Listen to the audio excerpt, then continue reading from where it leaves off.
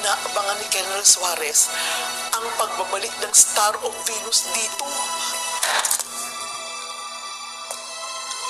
Paano niya nalaman ang tungkol sa Star of Venus? Nung nagpunta kayo rito, sinabihan namin si Colonel Suarez na may nagpusta ng diamante. Hinahanap ko pala yun, na double cross. Yung tunay na may-ari yung Mambo Cartel, kaya inaabangan mo yung pagbalik ng diamante. Mainit pala talaga sa mata yung Star of Venus mo, Tanggol. Hindi kaya onsihin tayo ng dalawang to? Hindi! Hindi namin gagawin yun. Bakit naman namin gagawin yun? Si Colonel Suarez ba pinoproblema nyo?